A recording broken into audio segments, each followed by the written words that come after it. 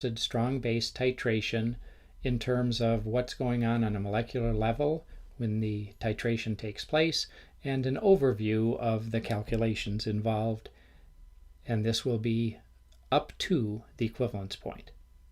So we're titrating a weak acid with a strong base, and we are going to be pretty much only showing the predominant species in solution, the things in high concentration. So for example, HA is a weak acid. It dissociates very little. There's a few HAs that are dissociated, and we're not in general going to be showing those.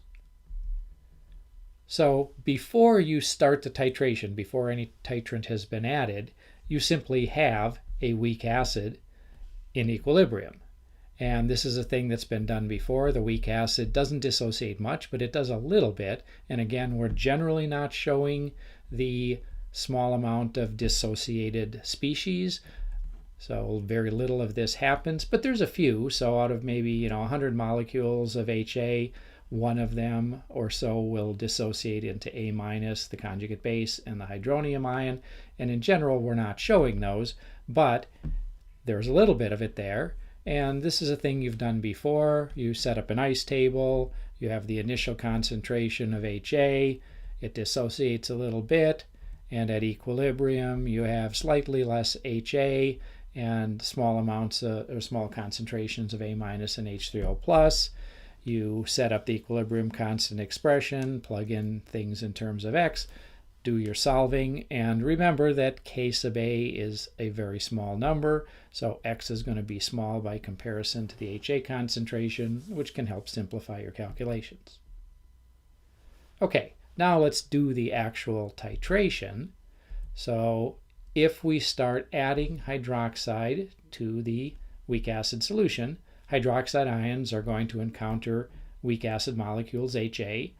They'll grab onto the H+, make a water molecule, and essentially the reaction that takes place is HA reacts with OH- to make the conjugate base A- and H2O, and the water will then go into the background, and essentially you're taking an HA molecule, and the strong base is converting it into the conjugate base of that HA molecule. Okay, so continue the titration a little bit more.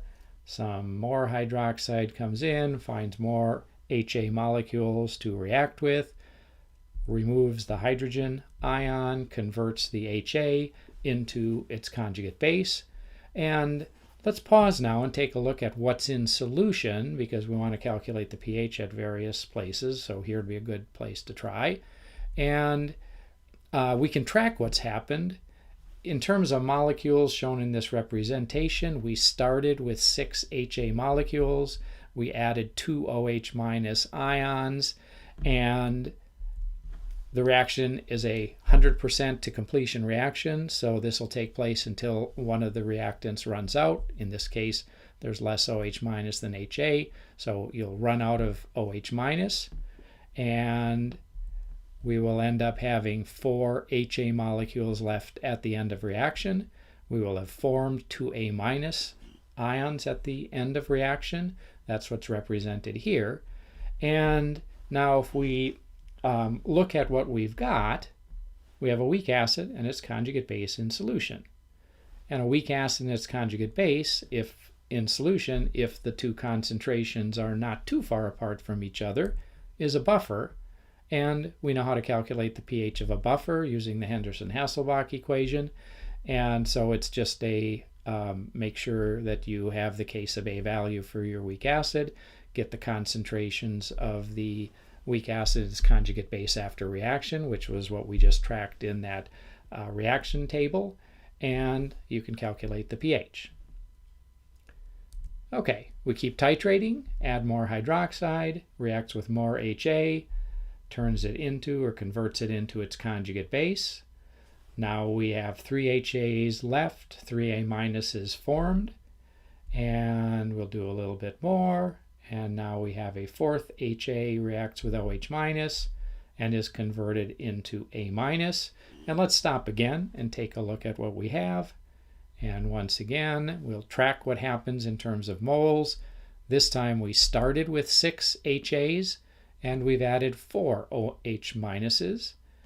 And it's going to react until we run out of something. Again, it's going to be the OH minus, so HA and OH minus will both decrease by 4 molecules, or 4 ions in the case of OH minus. A minus will go up, 4 of those will be made, and at the end of the reaction we have 2 HAs left. We've used up the OH minus, we have 4 A minuses produced, and that's at the end of the reaction that takes place. And now we look at what we have in solution, and what we have in solution is 2 HAs that haven't reacted, 4 A minuses that have reacted, or sorry, have been formed. So we have a weak acid in this conjugate base. That's a buffer once again, because the concentrations are fairly similar to each other and significant. And we can once again determine the pH at this point of the titration using the Henderson-Hasselbalch equation if we get our HA and A minus concentrations, which we can determine from the amounts left after reaction. Okay, and if we keep on titrating, more HAs converted into A minus. At some point, maybe here we have so little HA minus that we no longer have a buffer, or at least the buffer calculations aren't accurate. We can always do a calculation with the case of A expression and normal equilibrium concepts, but we're still before the equivalence point. And then if we do one more HA reacting with OH minus, we have converted our last HA into its conjugate base A minus, and at this point we're actually not before the equivalence point anymore. We have reached the equivalence point, and that will be the subject of another video.